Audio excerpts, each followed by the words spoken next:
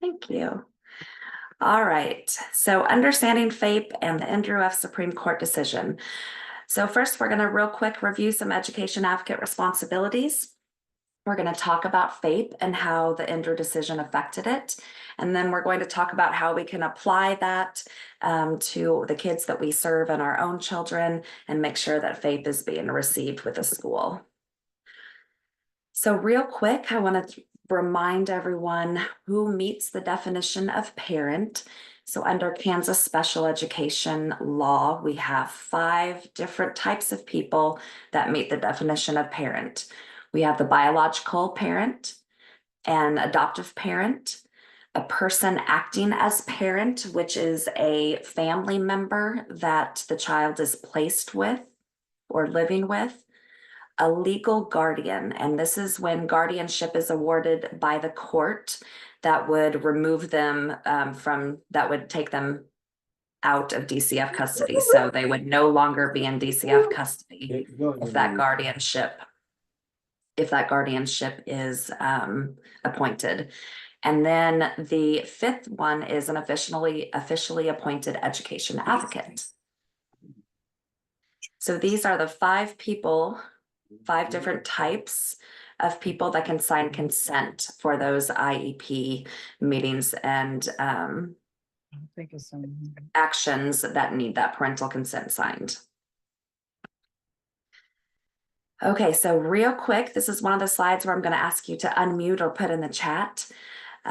Who is responsible for these different activities? Is it the caregiver, which would be the foster parent, or the case manager, or is it the education advocate? So if a child has an education advocate that is not the foster parent, who is responsible for these actions? So who would be responsible for a field trip permission form? Foster parent or parent. Foster parent. Great job. And who would be responsible to enroll the child? Foster parent. Foster parent. Great. Who would be responsible to sign consent for an evaluation for special education services? Advocate. Advocate. Great job. So if a power of attorney shows up, if the foster parent shows up with a power of attorney that is notarized, does that give them the rights of a special education decision maker? No. No. Excellent. Great job. So a power of attorney gives those general education rights, but not special education. So who is responsible for signing if we want to add an accommodation or service to the IEP? Advocate. Advocate. Good job. Scheduling the IEP meeting. Advocate. Advocate. Yes, we want the foster parent to attend, but the actual person that needs to be contacted to schedule would be that advocate or that special education decision maker. Absolutely right. How about a consent for a 504 plan evaluation? Advocate. So that is actually a foster parent or a case manager. 504 plans are general education actions, and advocates do not need to be assigned for a 504 plan. How about receiving those IEP progress notes? Advocate. Advocate. Great job. You guys are doing amazing. Thank you. Hey, Lisa, can I ask a quick question? Absolutely. You said consent for 504 would be foster parent. Of course, makes perfect sense. At that point, there wouldn't even be an advocate appointed, correct? You're correct. Yep. Okay. If the team decides that a 504 plan is more appropriate than an IEP, then we would cancel the education advocate because the foster parent and the case manager can move forward with that. Great, thank you. Yep, you're welcome. All right, so real quick, the children that qualify to have an education advocate assigned are between 3 to 21 years of age. This is a Part B provision. We will appoint at about age 2.5 so that we have someone in place to sign consent for that evaluation. They have to be in the custody of DCF, Department of Corrections, or be listed as homeless and unaccompanied under McKinney-Vento. They have to have unknown or unavailable parents, and they have to be receiving special education services or be in need of an evaluation to determine that eligibility. An unavailable parent means parental rights are terminated, and that's about 90% of the kids in our program right now. Parents are deceased. There's a court order of no contact, and the parent is not to know where the child is located. The parent is unknown, or those whereabouts are unknown. Lisa, I have a question for you. Yes.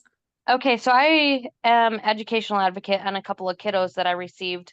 Their case is kind of messed up. Like, mom's rights were terminated. They went to grandma. Grandma relinquished her rights, which is how I became educational advocate. But now they're doing visits with mom again to reintegrate with mom. So parental rights are still terminated. Until those rights get reinstated, the advocate, you would stay. Okay.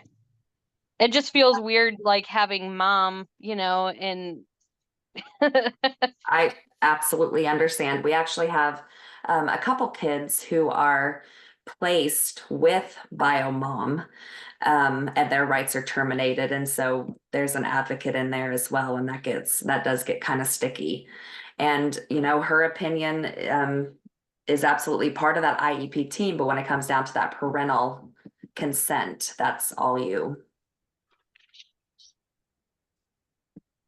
All right. So the difference between unavailable parent and unwilling parent. Parent is unavailable means that the reasonable efforts to locate have been exercised and they cannot find them. So no working phone number, no physical address or current address. Incarcerated does not fall underneath this purview because we know where the parent is. And there have been a couple instances lately where the jail or the prison where the parent is located has said that the inmate can have absolutely no contact with any outside agency. And in those cases, that parent would be unavailable. We would just need a letter from the jail stating that the biological parent cannot have any contact with any outside agencies. Unwilling parent is a parent who can be reached, but does not respond to attempts and has no involvement.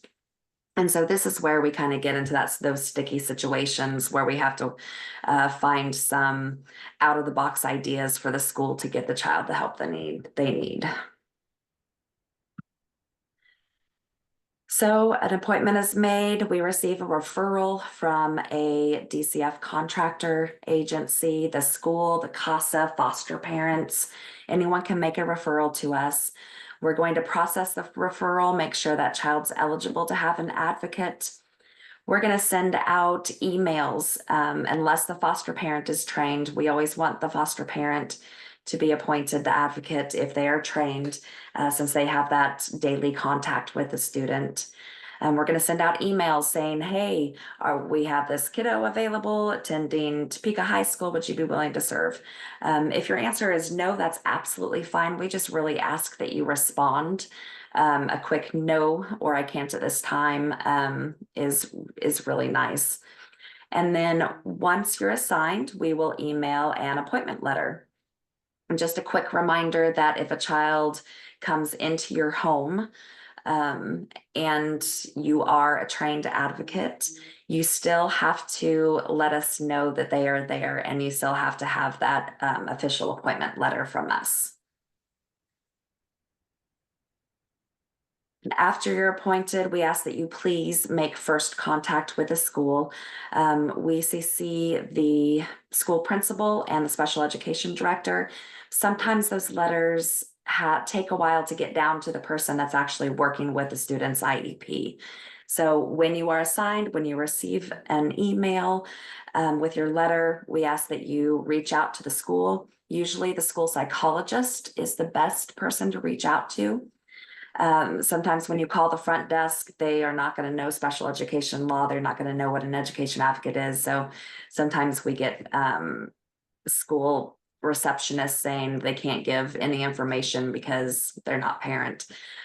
School psychologists can pretty easily be found in most districts on the school website, the district website.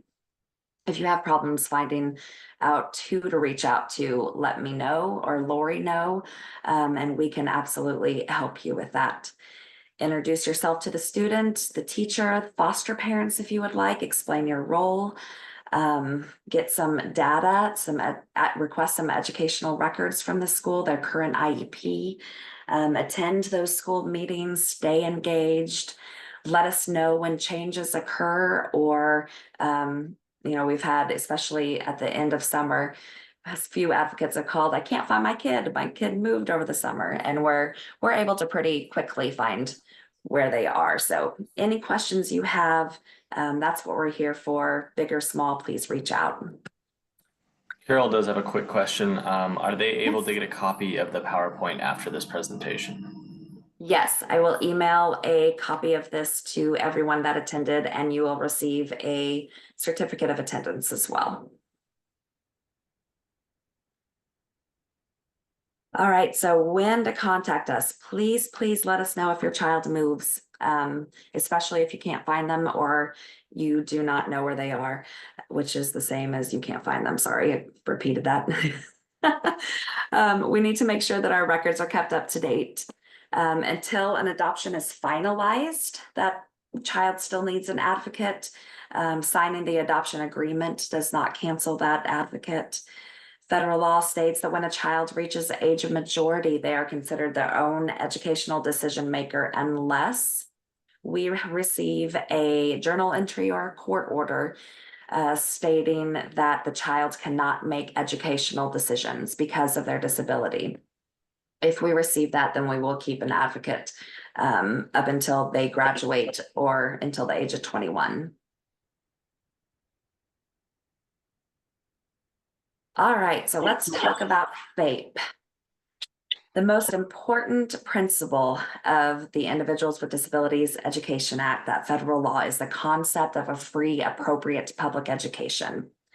So free means that special education and related services are provided to the child at no cost to the parent and at public expense.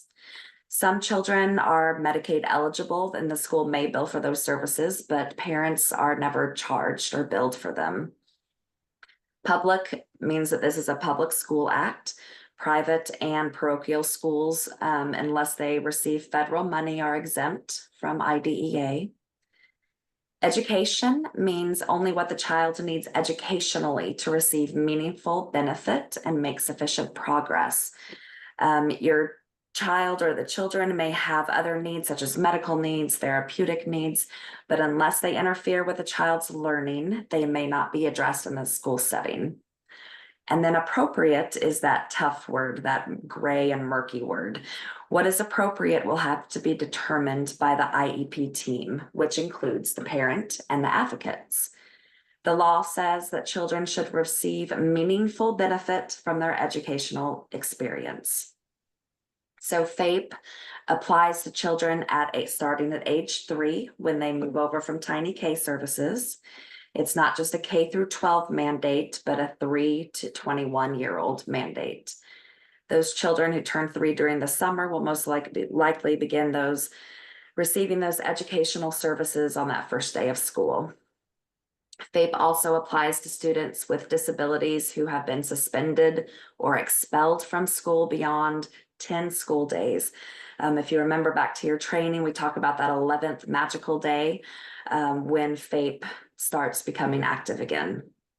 Students with disabilities can be suspended or expelled from school, but services must be in place, and those services must allow the student to continue to access to and make progress in that general education curriculum. All right, so not at any cost to the family. It is free. It is appropriate. We want to make meaningful progress. It is public education, and it is for educational needs.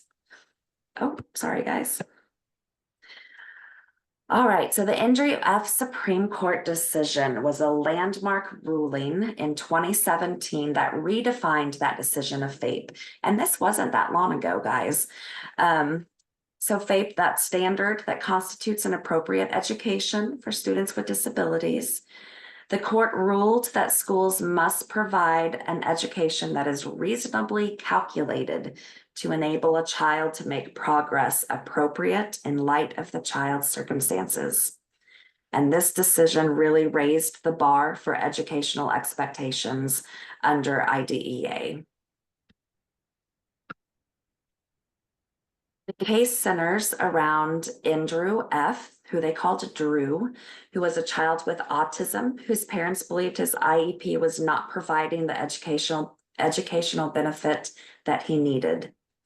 Drew is an autistic 5th grade student who was placed in private school because his parents believed his public school education was inadequate. And then he was placed in a Firefly autism house, and his parents sued the public school district for reimbursement for his private school tuition and related expenses pursuant to IDEA. They argued that the school's program was inadequate, leading them to enroll Drew in a private school. And after years of legal battles, the Supreme Court finally ruled in their favor, establishing that higher standard for IEPs. I have to give a shout out. This is a picture of my kiddo, Gavin. He's still cute, but he's 17 now, so his attitude has really changed. But so in order to provide children with disabilities the free, appropriate public education guaranteed under IDEA, school districts must offer children an IEP that is reasonably calculated to enable each child to make progress appropriate for that child's circumstances. In the ruling, the Chief Justice at the time, John Roberts Jr., delivered the opinion for the unanimous court, which held that the inquiry into whether an IEP is reasonably calculated to allow a child to make progress is necessarily an intensive, fact-specific one, and therefore neither the court nor the statute could create a substantive standard. The court's decision suggests that appropriate progress for most children would allow them to be fully integrated into the classroom and to advance from grade to grade. And this requirement is substantially more than the de minimis benefit that the school district argued was all it was required to provide. However, the court also held that the standard that Drew's parents argued for was too rigorous and was similar to one that the court had rejected in a previous decision. So in conducting its inquiry, a reviewing court should give deference to the expertise of school authorities, but must still ensure that an IEP is reasonably calculated to enable each child to make progress. So that reasonably calculated to make progress is that important part. So the key takeaway from Andrew is that schools are now required to provide programs that allow for meaningful progress. This means that the goals in your child's IEP should be challenging and tailored to their specific needs, rather than being generic or just about passing grades. And also, sorry guys. And also, the IDA requires IEPs to be developed with expertise from schools and input from parents. And schools must give responsive explanations for their decisions on services. We have a question from Deborah. She Yes. asks, can a child on an IEP be held back at all? So retention is not a special education decision. The IEP team can recommend it, but in Kansas, retention, the decision to retain a child lies solely with the building principal. Does that make sense to everyone? Okay.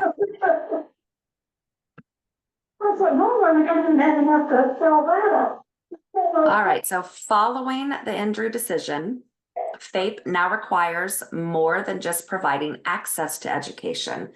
The IEP must be designed to enable a child to make that progress and make sure that progress is appropriate given their unique abilities and challenges. This is a more personalized and ambitious approach to education.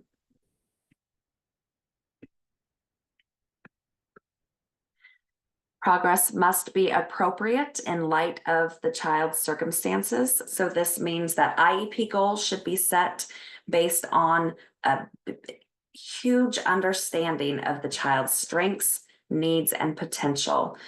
The school should regularly assess whether these goals are being met and adjust the IEP as necessary. So this really puts the onus on the school of making sure that the goals are being met, and if they're not, to bring the team together and come up with adjustments to try to make sure that progress is being made. So as a parent, you are an equal partner in that IEP process. As an education advocate with those parental rights, you are an equal partner in that IEP process. Your insights and concerns are vital to developing an effective IEP.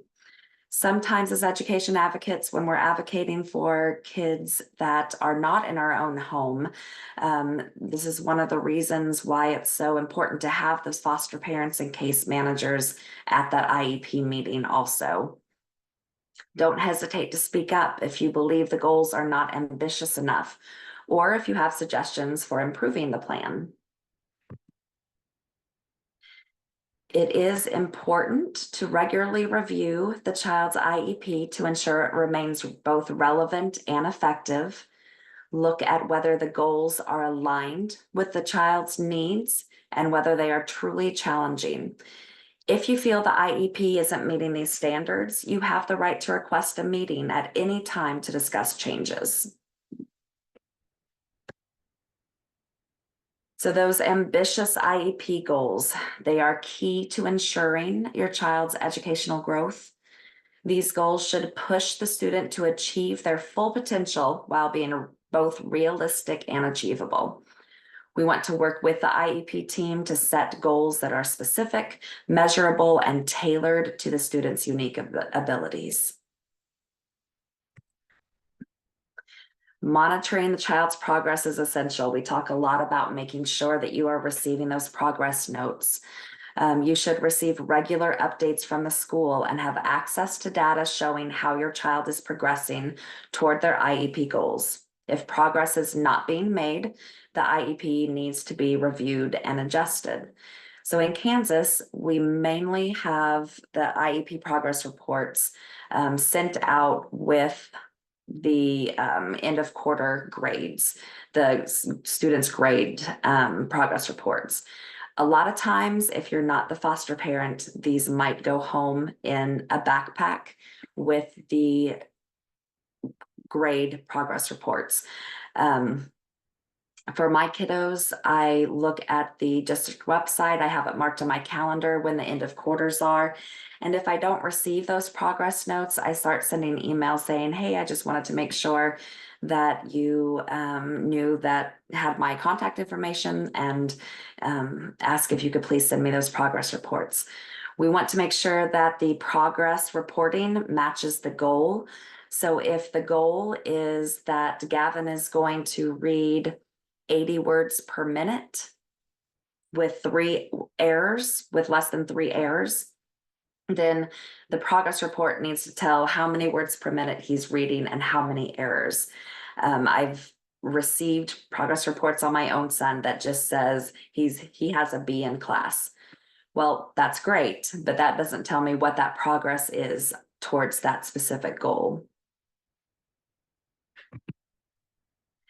So if your student is not making adequate progress, it's important to act quickly. You can request an IEP meeting at any time to discuss the reasons for the lack of progress and explore additional supports or adjustment to the IEP.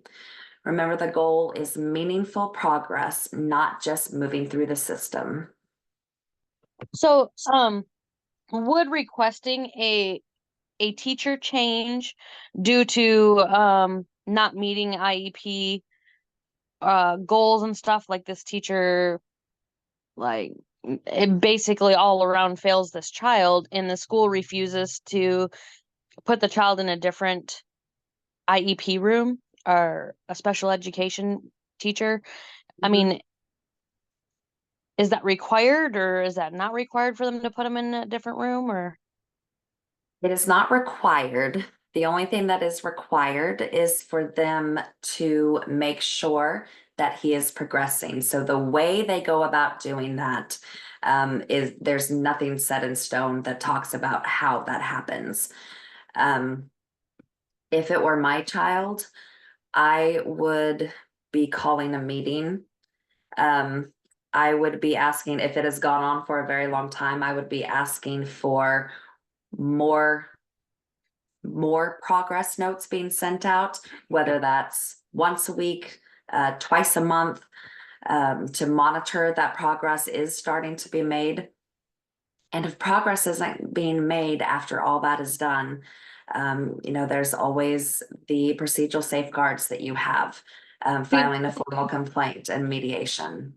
We did that all year last year. Like we fought hard last year, and this child like regressed so much. Like she started the year off reading, ended the year not reading anything. Like you put wow. a in front of her and she sounds out the letters and doesn't even try to put them together. Okay. And so this year they stuck her back with the same teacher. And I was like, absolutely not. This is Yeah. I would be more than happy to talk about procedural safeguards, Ashley, and we could see what our next steps should be. I'm making a note and I will reach out to you about that, okay? awesome. Thank you. You're welcome. All right. Okay, so specialized instruction is designed to meet the unique needs of your child. It can include academic interventions, positive behavioral supports. We need to have that positive word in there. And also social emotional learning strategies. We're looking at the whole child. It's not just academics. The instruction should be evidence-based and regularly evaluated to ensure that it is effective. So comprehensive services go beyond academics to include related services like speech therapy, OT, counseling, and these services should work together to support your child's overall development. It's important to ensure that all aspects of your child's needs are being addressed in the IEP. One of the things that I like to do is go through those present levels of academic achievement and functional performance that's at the beginning of every IEP. Excuse me. And I take a highlighter and I highlight whenever it says that there's a need there, or it says that the student is not with grade level peers. And then I make sure that that need is then addressed in some way, whether it be a goal, a service, an accommodation, or a modification in the rest of the IEP. So effective communication with the school team is crucial. Keeping that open line of communication, documenting interactions. A lot of times we have those conversations in the hallway or in the pickup line. Send an email afterwards and say, hey, it was great to talk to you in the hall today. I just wanted to make sure I understood and remembered what we talked about. Follow up on any actions agreed upon in meetings. Be organized, prepare, and those will help you advocate for your student more effectively. But to be an effective advocate, it's important to understand the child's rights under IDEA and the implications of that NDRF decision, changing from de minimis progress to that appropriate and moving forward and not just staying at the same line.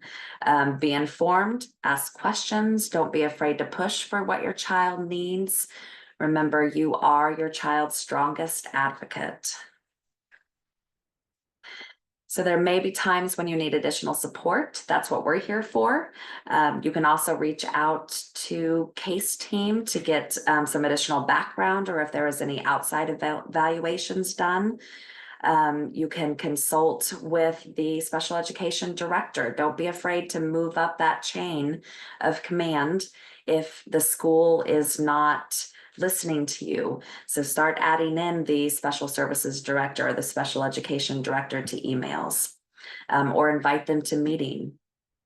Utilize your dispute resolution processes, mediation services. Mediation is a great way when we are talking about FAPE, because you have that third party in there that can hear both sides and be that mediator. It's important to know that you don't have to do this alone. So preparation is key to a successful IEP meeting. Review the student's current IEP, bring any relevant documentations, and be clear about your goals and concerns and make sure those get inputted into that parent input section. Having a plan, being organized, will help you advocate more effectively. So the INDRU decision is a powerful tool that you can use to advocate for those higher standards and that meaningful progress. You can absolutely refer to the decision when discussing IEP goals and services, and then use it to push for that accountability and that ambitious individualized planning.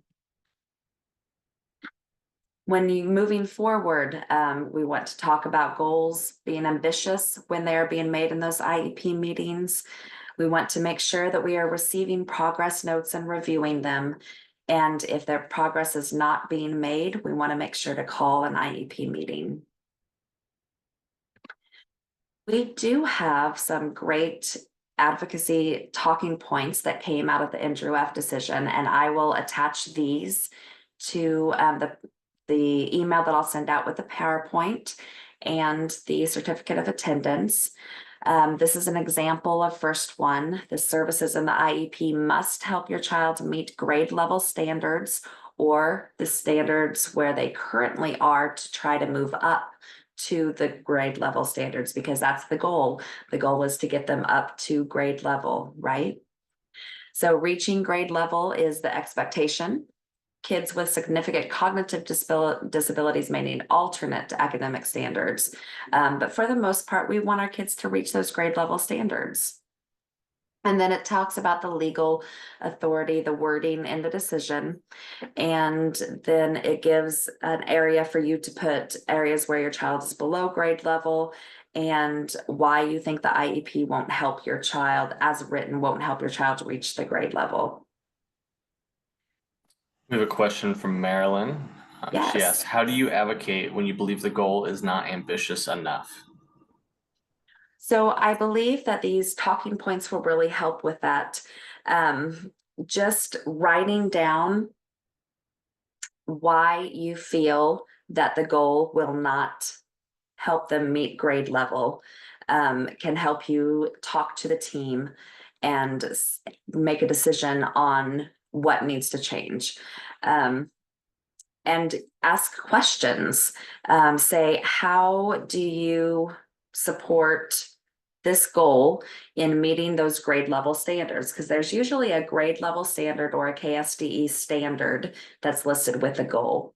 And that is what the goal is supposed to help meet. So ask a question. How do you feel that this goal will meet this grade level standard?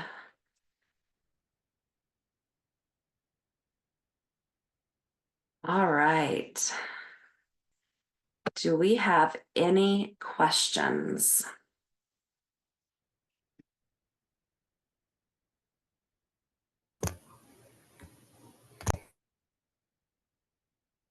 None? I wanted to make sure we had time for questions. Do you have any suggestions or ideas? This is just kind of a general question, with the Wichita Public Schools and the Department of Justice regulations, about how we should approach seclusion and restraints and IEPs and behavior plans? ESI is a hot topic right now. It is. Do you have a copy of the new KSDE standards that came out for emergency seclusion? I'm not sure that I did see that, but I can look for it. Okay. I would I can, like that too. I have a okay, I lot can of those. attach that. I can attach that Okay. to the email as well. It very specifically states what is considered seclusion. Okay. And an adult outside of a closed door is still considered seclusion. It very specifically says that. And when you have, after I send this out and you look it over, if you think that the school is not following those procedures, I would call a meeting and I would take the document I'm going to send with you and say, I do not believe this is being followed. How can we fix it? Okay. And if that doesn't work, give me a call and we'll talk. Okay. Okay. I'm gonna put this up real quick. These are our other training opportunities that we have. We're gonna try to, it will always be within an hour. And it might be a little earlier, just depending on the subject and the questions that we have. We do have some 2025 trainings in there that you can sign up for. I will send this out with the links if you would like to get a head start on next year's training. We have a couple questions in the chat. Amy asks, can you speak about the rules recently around the choice of school enrollment? Sure. So for the open school enrollment, it has nothing to do with special education. What that does is each district is required to put how many open slots they have in their district. You then can apply for one of those open spots. If more parents apply for the open spots than the spots they have to fill, a lottery will be held. It is a blind lottery. It has nothing to do with who has IEPs or who doesn't have IEPs, or it shouldn't have anything to do with who has IEPs or who doesn't have IEPs. And then if you are selected in that lottery, you get to enroll your school in that district or your student in that district. There is absolutely no requirement for the district to provide transportation, however, because you are choosing to go to an out-of-district school, you are responsible for transportation. Do you have any other questions besides that? Oh, sorry. We have one from Deborah. What is the rule for suspension days? I have a student that was removed to the ISS room without his accommodations, and they claim it doesn't count as a suspension day, or they will fudge the data like it's a half day if the student is picked up at that day 10. Okay. So if the student is picked up early from when the general education students leave, that counts as a full day suspension. And you can ask for a notice of suspension from the front desk. In-school suspension is really hard to prove to count towards those 10 FAPE-free days because they are in the school, they are receiving education with general education peers. And so you really have to have a lot of data that shows that they are not receiving FAPE. We have another one from Roxanne that says, can a school district provide a virtual special education teacher from another state, in this case, Florida, instead of in person? Yes. Whether we like it or not, yes, they can. There's nothing saying how the school has to give the services. Now, something to keep in mind is we want to make sure they're making progress. So if progress is not being made, I absolutely believe that you can call an IEP team meeting and ask, you know, does the team think that it's because it is a virtual provider instead of an in-person provider?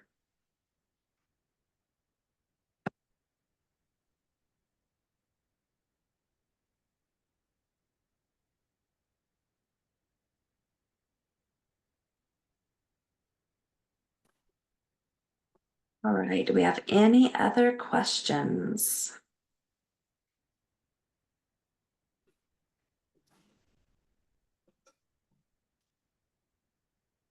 Brian, do we have everyone's name?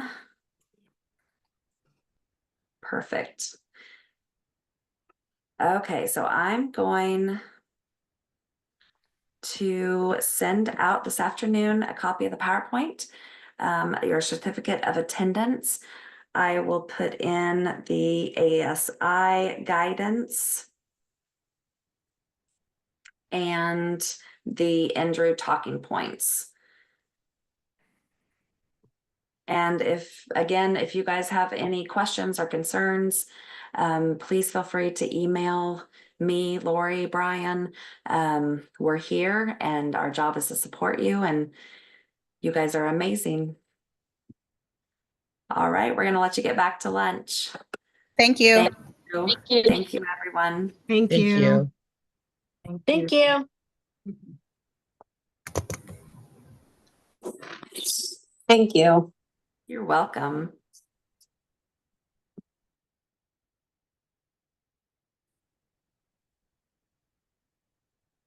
Thank you. You're welcome. We'll see you guys later. Thank you. Have a good day. You too.